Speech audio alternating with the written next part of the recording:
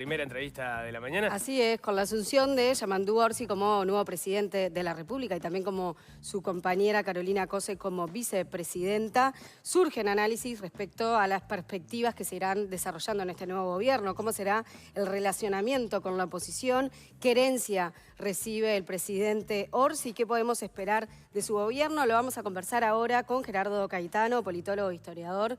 Gerardo, qué gusto, muy buenos días, gracias por estar aquí. Muy buenos días, el gusto es mío. Muchísimas gracias por estar acá. ¿Qué primera impresión te parece importante destacar de lo que ha sido este proceso de cambio de mando?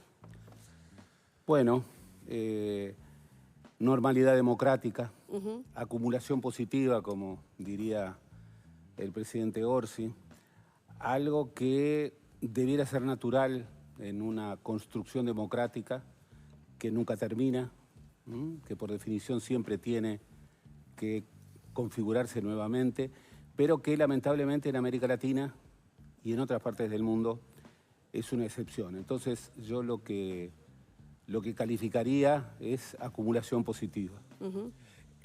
¿Vos cómo tomás esa referencia constante que, por ejemplo, en una jornada como la del sábado se vivió, de ese machacar y machacar y machacar sobre el excepcionalismo uruguayo? En esto leía una columna tuya hace unos días donde decís, bueno, el excepcionalismo uruguayo existe, Uruguay tiene ciertos reaseguros institucionales que funcionan, pero no es una isla, no está en una isla y hay señales también de cuáles tener preocupación. No te quiero sacar mucho del trillo del análisis de la jornada, pero justo el sábado era una instancia donde estábamos todos remarcando permanentemente eso, ¿no?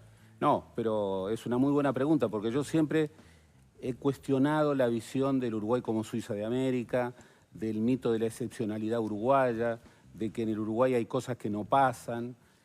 Y creo que ese mito del excepcionalismo uruguayo nos hace mal, nos hace mal. ¿Por qué lo digo?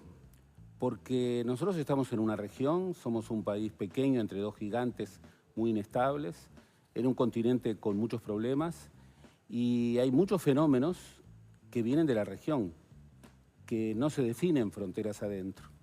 Tomemos un ejemplo, el narcotráfico. Nosotros hemos sabido de que somos zona de acopio, que somos zona de tránsito. Entonces decir aquí no va a ocurrir tal cosa o aquí no va a ocurrir tal otra, yo creo que es un error. Entonces tú me dirías, pero es una contradicción, porque por un lado estás resaltando la acumulación positiva de lo que yo creo que es la última democracia de partidos que sobrevive en América Latina, y al mismo tiempo dices que, te digo que el mito del excepcionalismo nos hace mal.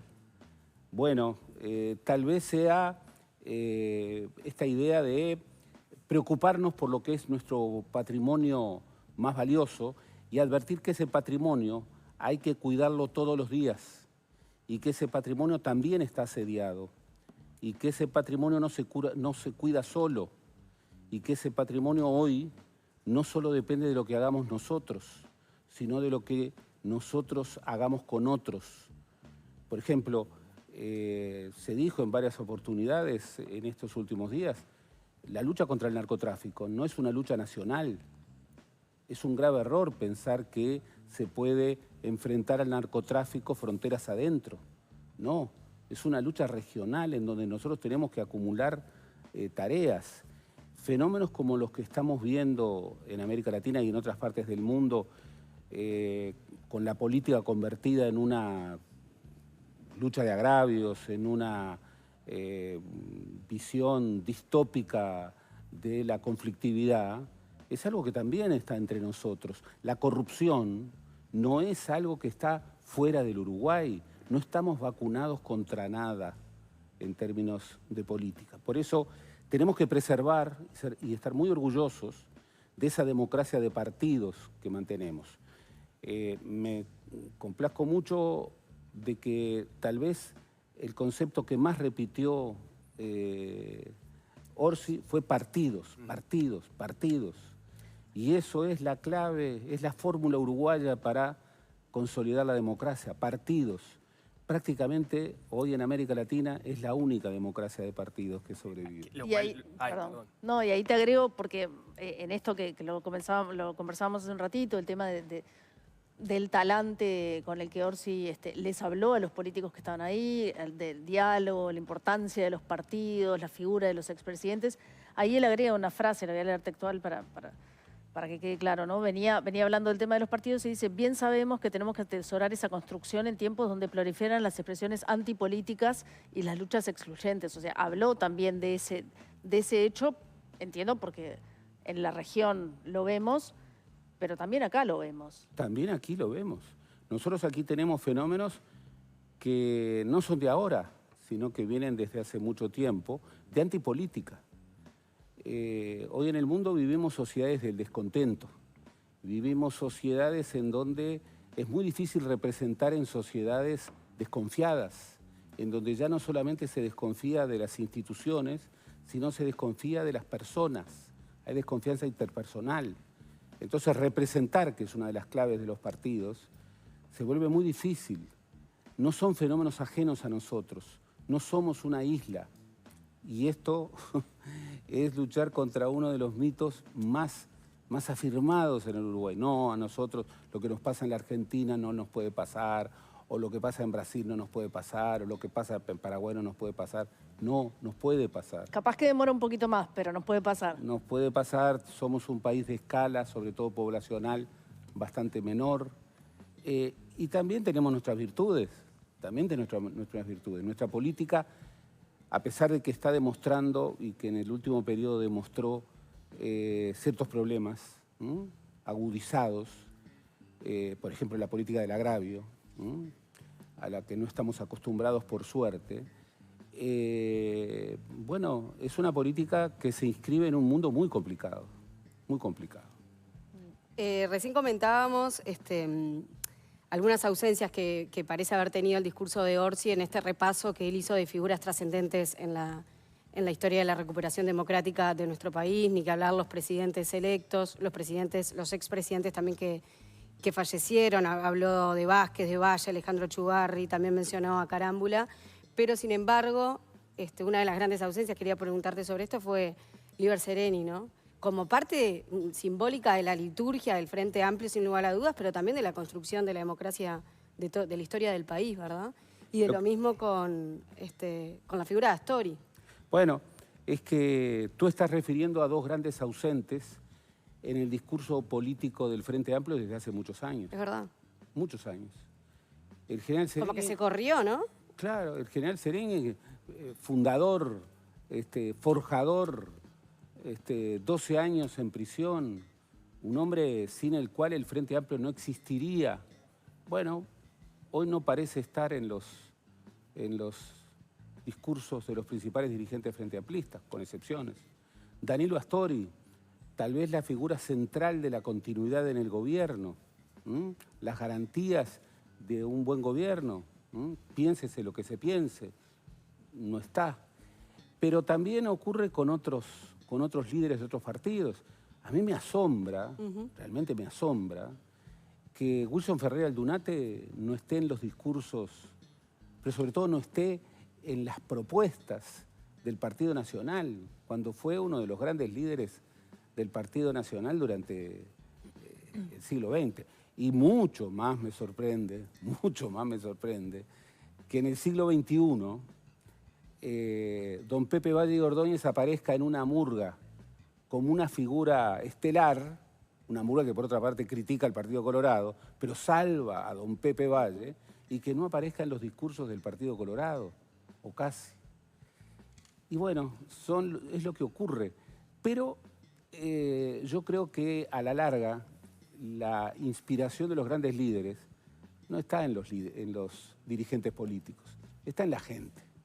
Y yo creo que esas grandes figuras permanecen en la agenda. Por otra parte, esa cosa tan manifiesta en el Uruguay, yo siempre digo, el gran anhelo de los legisladores es cambiarse de poder, pasar al poder ejecutivo.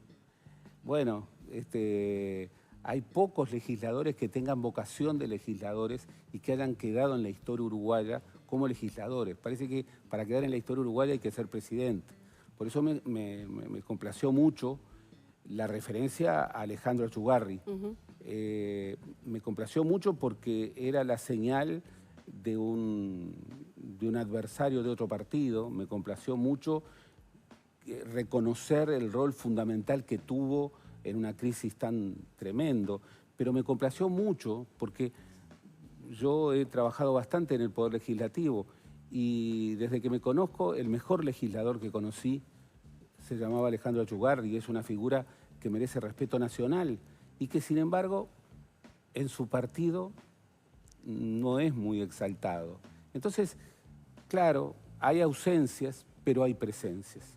Y también está esa cosa, bueno, ver a los presidentes de todos los partidos reunidos, ver al candidato presidencial no regañar a los presidentes de los otros partidos, no tirarles chicana, sino darles un homenaje, hablar de los otros, referir a un nosotros que está más allá del partido al que pertenezco. Eso realmente formó parte de una fiesta democrática. ¿Qué interpretación o cómo viste el contenido político, programático, ideológico, si cabe, del discurso de Orsi ante la Asamblea General? Bueno, Orsi no se caracteriza por ser un hombre de discursos ideológicos. No es una figura, digamos, de firmeza ideológica, de connotación ideológica. Lo suyo es otra cosa. Lo suyo es un liderazgo de conciliación, es justamente articular un clima de construcción de ideas, no una sola ofensa, no hubo un solo entredicho, más bien refería a un nosotros que era un nosotros nacional, ni siquiera refirió a su partido, el Frente Amplio. Uno podría decir otra ausencia, no. Su discurso era del presidente que a partir de ahora es el presidente de todos los uruguayos y eso está muy bien, eso está muy bien. Claro, uno hubiera querido alguna referencia ideológica más fuerte, las hubo, pero fueron muy vagas. Su concepción de la libertad, incluso de la libertad individual, por ejemplo, podría entenderse como algo que marcaba una distancia de cómo lo había encarado el gobierno que dominaba. El concepto de redistribución también, que fue una de las pocas pinceladas económicas que presentó. Fue muy claro, y no fue casual que cada vez que entró en los aspectos más claramente ideológicos, recibió aplausos. Cuando habló del tema pendiente de los restos de los detenidos desaparecidos, hubo aplausos. Cuando habló de un concepto de la libertad que no se afirma en que haya algunos que tengan demasiado, conquistó aplausos. Claro, yo me quedo con el vaso medio lleno. Fue un discurso de entonación nacional. Fue un discurso en el que nadie se pudo sentir ajeno. Ni agraviado, ni nada de eso. Quería preguntarte si justamente eso que vimos en el discurso, ¿no? Esa postura de diálogo, de apertura hacia los partidos políticos, si vos ves que se va a poder traducir después en la discusión parlamentaria, en los posibles acuerdos que tenga que llegar el Frente Amplio para conseguir que se aprueben determinadas leyes, en fin. Ahora empieza el partido. Claro. Porque el arranque de todos los periodos es un arranque edulcorado. Claro, si uno lo compara con la inauguración de la presidencia de la calle Pou, ve señales muy distintas. Un discurso mucho más firme, mucho más de reafirmación ideológica. Bueno, se venían de 15 años de gobierno frente amplista, pero la señal de aquella caballada que rodeaba al Partido Nacional y de la calle Pou con la vicepresidenta Beatriz Argimón recorriendo y saludando a las huestes de los paisanos, con toda la simbología que ello significaba, y las marchas de daban la señal de una afirmación partidaria, que por otra parte venía liderando una coalición de partidos. Lo de Orsi fue mucho más tenue, y si bien, bueno, la gente con las banderas marcó un signo muy frente amplista, yo creo que Orsi buscó este clima, que es un poco muy propio de él. Por otra parte, los números dicen que los acuerdos o son, que se necesitan. Se han necesitado desde hace mucho tiempo. La mayoría del Senado es muy importante para la gobernabilidad. Pero porque se habla, esos 2 diputados que le faltan. Entonces se especula, bueno, los 2 diputados de Cabildo. No, los diputados que le faltan. Porque acá se necesitan grandes reformas. Y algunas de esas grandes reformas no se logran por mayoría mínima. Requieren adhesión partidaria. Y yo ahí veo en la coalición opositora actitudes distintas. Veo algunos dirigentes que lamentablemente todavía no han podido elaborar la derrota, que están enojados, que incluso están enojados con el pueblo uruguayo, lo han dicho algunos de ellos, que no ha sabido reconocer lo que para ellos ha sido un gran gobierno. Y creo que es una mala actitud. Enojarse con el pueblo, que por otra parte es el soberano en una democracia, hay que elaborar, hay que pensar, hay que de alguna manera saber leer los resultados electorales, incluso no solamente los nacionales, sino los territoriales. Han habido señales, han habido gritos, particularmente para el Partido Nacional, pero no solamente para el Partido Nacional. Entonces veo algunos legisladores enojados y veo otros legisladores que tienen otra actitud. Y veo algunos que quieren rigidizar la coalición que fue coalición en el gobierno en la oposición, con lo cual, bueno, se dificultan los acuerdos. Y veo otros legisladores, incluso líderes de sector, que tienen otra actitud. En ese sentido, creo que va a haber más negociación y creo que eso es muy bueno. La palabra negociación en una democracia de partidos es una estupenda palabra. Tal vez al Frente Amplio una de las cosas que le faltó es, en esos 15 años de experiencia Frente Amplista, aprender a negociar, aprender a gobernar por negociación. No quiere decir que no haya negociado, negoció, pero bueno, tener esa impronta de, bueno, negociar, incorporar. Bueno, ahora lo va a tener que hacer y creo que Orsi en ese sentido, siempre un liderazgo son cosas que faltan y cosas que, haberes y deberes. Bueno, creo que el gran haber de Orsi es justamente la negociación. Entonces es un presidente que parece hecho para este momento. Vos dijiste recién, cuando empezaste a hablar, las reformas que se necesitan. ¿Cuáles son para vos las reformas que tienen que salir sí o sí en este gobierno? Bueno, vayamos, no por un orden de prelación, pero acá hay un clamor de la opinión pública desde el 2009 más o menos, con algunas intermitencias en la pandemia, respecto a que el problema que aqueja más a los uruguayos es la seguridad. Y que han pasado gobierno tras gobierno y estrategia tras estrategia y ese tema, ese problema, no ha sido resuelto. Bueno, ya hay una muy buena señal de que la estructura dirigente del Ministerio del Interior incorpora figuras que estuvieron en el periodo anterior. Gran señal, gran señal. Es una de las políticas que tiene que ser de Estado. Acá hay una situación muy clave en la perspectiva de que el país está en una situación de desigualdades, que han aumentado las desigualdades. El otro día veíamos la desigualdad multisectorial, medida por distintas variables. Y nos encontrábamos con una cifra, bueno, muy importante. Y todos los organismos internacionales afirman de que es mejor medir la pobreza en función de variables multidimensionales. Acá tenemos focos de población que claramente son los más desposeídos. Los niños, niñas y adolescentes tienen déficits enormes. Aquí hay que hacer un esfuerzo que, entre otras cosas, signifique optar incluso presupuestariamente.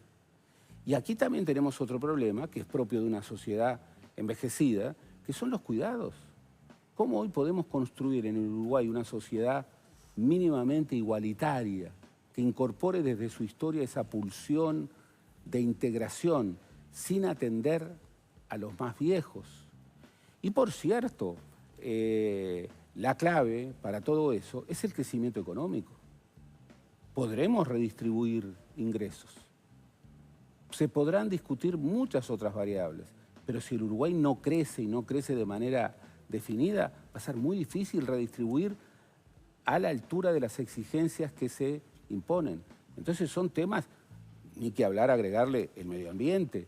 Nosotros tenemos una situación crítica medioambiental que muchas veces no vemos, sobre todo desde el área metropolitana, no vemos. Y es una situación crítica. El estado de nuestros suelos, la calidad de nuestra agua. Tenemos situaciones de problemas de riego que ayer fueron, que los venimos hablando desde hace décadas. Y todavía todo eso no necesitan la mayoría mínima. Necesita grandes respaldos. Y por eso yo creo que, no sé, me parece que el presidente Orsi tiene ese talante negociador que lo va a ayudar en estas circunstancias. ¿Y lo ves tanto con ese talante negociador para construir los acuerdos hacia afuera como para construirlos hacia adentro? Porque ahí también hemos visto tensiones que no son, digamos, de este periodo en concreto, las ha tenido el Frente Amplio históricamente y ni que hablar cuando ha estado en el gobierno, pero pienso, por ejemplo, en esa agenda del crecimiento y la agenda también de la distribución, cómo puede entrar en tensión y cómo lo va a poder solucionar o sintetizar eso Orsi desde el gobierno. A ver, esperemos que el Frente Amplio haya aprendido de 15 años en el gobierno de que hay algo que no se puede repetir, que es el gobierno en disputa. El gobierno en disputa fue un error, sobre todo del último periodo de la presidencia, del último periodo de la segunda presidencia de Tabaré Vázquez. Gobierno en disputa, no. Matices diferenciales, sí, claro. El Frente Amplio no es una sola ideología. El Frente Amplio es una unidad política, diversidad ideológica y unidad política. Lo sabe desde su origen. Bien, hay que labrar esa unidad política y hay que labrarla desde adentro para poder negociar hacia afuera. Ahora, digamos, sectores que después de todo lo que ha ocurrido marquen sus matices buscando, bueno, poner al gobierno en disputa, como si eso pudiera hacerle bien primero al Frente Amplio y después al país.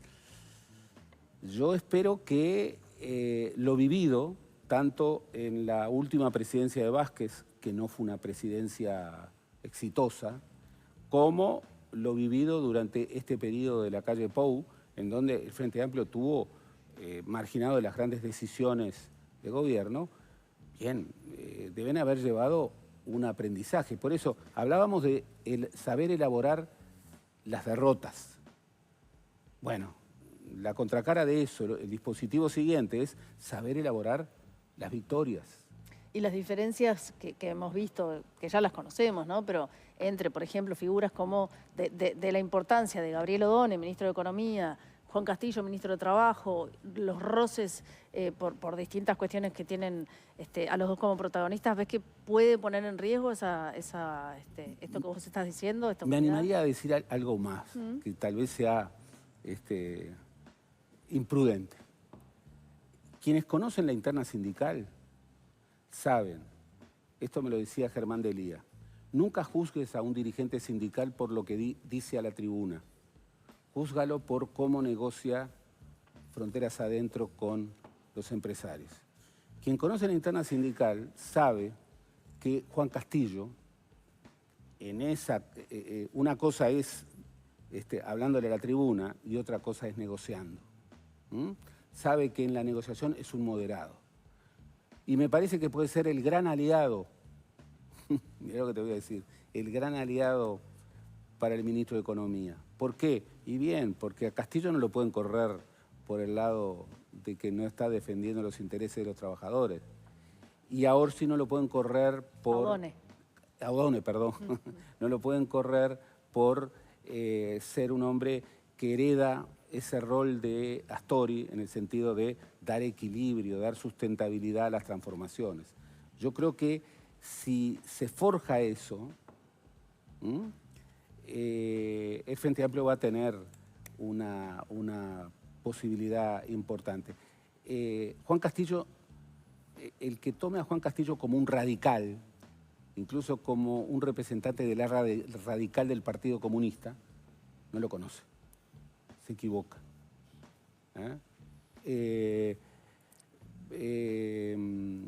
Odone llega un poco tarde a la política no se llega a los 60 años, se llega desde antes.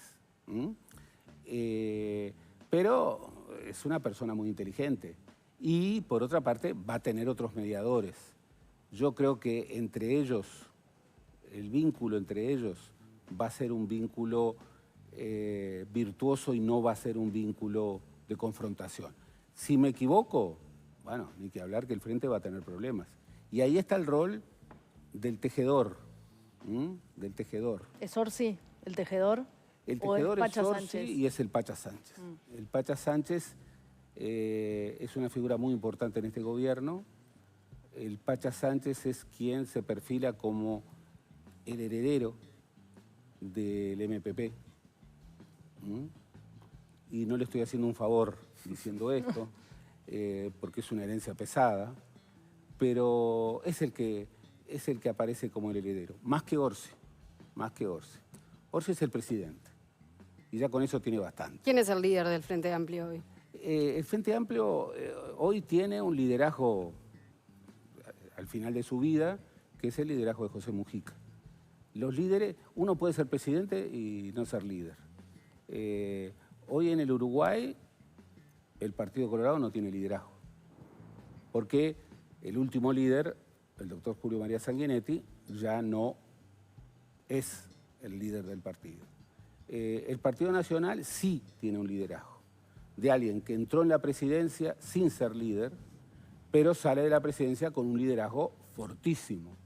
Se quedó con todo el Partido Nacional, lo cual puede ser bueno y puede ser muy malo, porque el Partido Nacional siempre, para crecer, ha necesitado dos alas. Y acá hay un ala que falta. En el Partido Nacional no hay ferreirismo. Ya es la segunda vez que mencionas que el Partido Nacional no tiene a Wilson jerarquizado. Es que... no sé si eso va a caer bien en las filas del Partido Nacional. Bueno, el Partido Nacional siempre ha tenido dos sensibilidades. Tal vez en una sensibilidad que hoy es la mayoritaria no caiga bien. Pero como te imaginarás, yo no digo las cosas para que caigan bien No. en las distintas tiendas. Lo que sí digo es lo que dice mi colega y amigo Óscar Padrón Fabre, que los partidos son como pájaros, necesitan dos alas para crecer.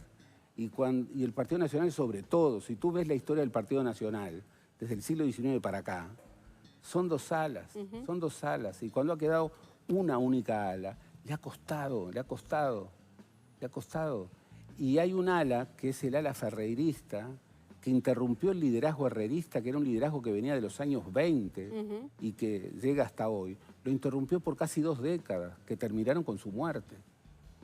Y ese liderazgo no está, esa sensibilidad no está. Y es un problema que tiene el Partido Nacional. Tiene que recrear ese espacio de convocatoria. Incluso se observa. Todos los partidos tienen esos problemas. Por ejemplo, hablábamos, al Partido Colorado le falta vallismo.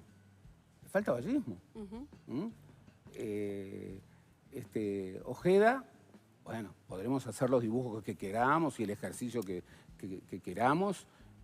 Y don Pepe era un muy buen esgrimista y fundó clubes deportivos, pero no. Ojeda no da la señal de ballista. Y Bordaberry, que ojo, tiene 13 de los 17 diputados del Partido Colorado. 13 de los 17 y 2 de los 5. En términos de fuerza parlamentaria, es el que tiene más fuerza. Bordaberry no es ballista, lo ha dicho siempre. Y siguiendo esta lógica de razonamiento, al Frente Amplio entonces le falta Sereni y Astori. Le falta serenismo y astorismo, claro. Le falta serenismo y astorismo. Y en ese equilibrio, que siempre ha sido el Frente Amplio, bueno, serenismo y astorismo es fundamental. Y los partidos se recrean. Capaz que lo que es el serenismo y el astorismo se recrea en otras figuras. Wilson Ferreira venía del nacionalismo independiente, que era otra cosa. Y después en el 71 creó una síntesis nueva. Pero los partidos son equilibrios y necesitan 2 alas por lo menos. Si no, no vuelan. Siguiendo con la agenda que tiene que encarar este gobierno, ¿qué expectativas tenés en la política exterior? Pensando en las señales que se han dado hasta ahora, de parte incluso del canciller Mario Lubetkin, como también de un escenario que claramente parece ser más complejo ahora que hace 6 meses. Bueno, primero que nada, el Uruguay es un pequeño país con enormes restricciones, en donde mucho de lo que pasa adentro tiene que ver con cosas que pasan afuera. Entonces, por eso, el Uruguay tiene que ser una atalaya para mirar bien el mundo. Primero la región, y sin duda, porque tiene 2 gigantes inestables que se mueven y pueden hacer estragos. Y luego el mundo. El Uruguay es receptor de precios y de reglas. Entonces, el Uruguay tiene que tener una diplomacia muy profesional. Primer elemento importante que veo. Las jerarquías de la Cancillería son diplomáticos profesionales. Gran cosa. Un gol a favor en el arranque. ¿Por qué? Porque hay direcciones, hay cargos que no pueden ser cumplidos por militantes que tienen afinidad temática, que tienen que ser de alguna manera asumidos por diplomáticos, en este caso, profesionales. Yo a Lubezki no lo conozco tanto, conozco sí a quien es la subsecretaria y puedo decir que, desde mi punto de vista, es de las diplomáticas más excepcionales que ha tenido el Uruguay en los últimos 40 años. Es una diplomática joven, no tiene 50 años, ha sido una de las principales negociadoras del vínculo entre la Unión Europea y el Mercosur. Es una elección realmente muy disputada y muy bien orientada, que por otra parte, y esas son las locuras que tiene el Uruguay, había sido sancionada en el periodo anterior, mandándola a Mauritania, después de que tuviera la dirección de integración. Estamos locos. ¿Por qué había sido esa sanción? No recuerdo. Y había sido sancionada por el canciller Bustillo, obviamente por razones non santas, porque si tú tienes a un gran jugador entre tus... la Cancillería es el lugar en donde los diplomáticos tienen que servir al país. Pero además tiene que ser una Cancillería profesional y muy cauta. Todo lo contrario a lo que está haciendo la Cancillería, bueno, de Milei. Hoy en el mundo estamos en una situación de preámbulo de guerra. Cuanto más lejos estemos de las condiciones de guerra, mejor. Tenemos que buscar comerciar con todos. Nosotros somos exportadores por vocación y por necesidad. Bien, no podemos, obviamente el Mercosur, que tiene 34 años, no funciona, tiene que reformularse. Hace mucho tiempo que no funciona, tiene que reformularse. Esto no es un tema de un partido, tiene que reformularse. Bien, ahí el Uruguay tiene que utilizar, no en clave de afinidad ideológica, sino en clave de afinidad política. Tiene que utilizar sus vínculos estrechos con Lula para posibilitar un cambio. Ahora, va a ser difícil en este mundo de Trump, donde en el Salón Oval, poco menos que vimos un ring hace poco, y en donde en Europa vemos situaciones realmente dramáticas, el Uruguay no tiene que plantearse grandes proyectos. El Uruguay tiene que ser factor catalizador. El primer catedrático del derecho de gentes, que era el derecho internacional en la Universidad de la República en el siglo XIX, Magariño Cervantes, decía: pequeños como somos, siempre el derecho internacional debe primar sobre la política. Esa es la clave. Nosotros no podemos hacer jugar la política de nuestra parte. Entonces, por supuesto, yo he visto buenas señales, pero nada de esas señales de decir, bueno, hago un TLC con China, hago un TLC con Estados Unidos, hago un TLC con la Unión Europea, en momentos en que nadie hace TLC. Nadie hace TLC. Nosotros avanzamos, como habíamos avanzado en el 2019, en un TLC con la Unión Europea. Bueno, el cambio de gobierno en Alemania, la situación que se da en Italia, la situación que se da en Hungría, la crisis que ha generado esta reorientación de Trump respecto a Putin, la situación en Italia, lo que se orienta en relación al corrimiento de los electorados hacia la ultraderecha en Europa, ¿van a facilitar ese acuerdo que debe ser aprobado todavía? Bueno, hay que trabajar mucho en ese sentido. Entonces, la política exterior del Uruguay, que es una política que intersecta a todas las políticas nacionales, porque todas las políticas nacionales necesitan estar en el mundo, bien, tiene que ser una política muy profesional, muy cautelosa, muy bien dirigida, no se puede permitir errores, y tiene que ser una política en donde, bueno, advirtamos lo que está pasando en el mundo y no nos metamos en batallas de gigantes, como diría Luis Alberto de Herrera. Hoy hacíamos referencia hace un rato a que el presidente Orsi en su discurso 2 veces, y después con una acción en la calle volvió sobre el tema, habló sobre los familiares de desaparecidos.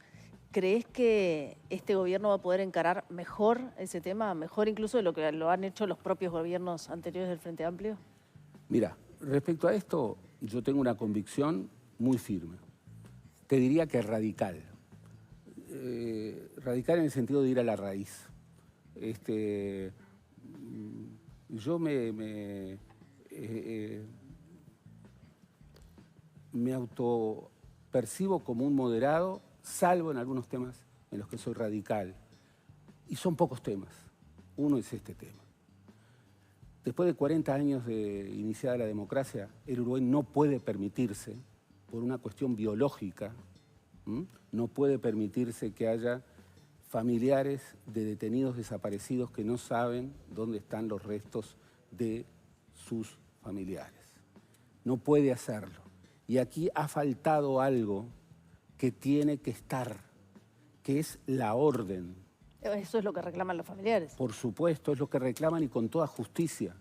Aquí, en la Constitución de la República, el comandante superior de todas las Fuerzas Armadas es el presidente de la República. El presidente de la República tiene que dar la orden de que todos los militares en servicio y los exmilitares pasivos, y que además todas las dependencias del Ministerio de Defensa sean abiertas para la búsqueda de lo que existe. Existen testimonios de dónde fueron enterrados y existen documentos que además se tiene perfiles importantes respecto a dónde están, que sean ubicados. Esa orden no la dio ningún presidente desde el 85 hasta acá, ninguno. Tampoco la dieron los presidentes frente amplistas.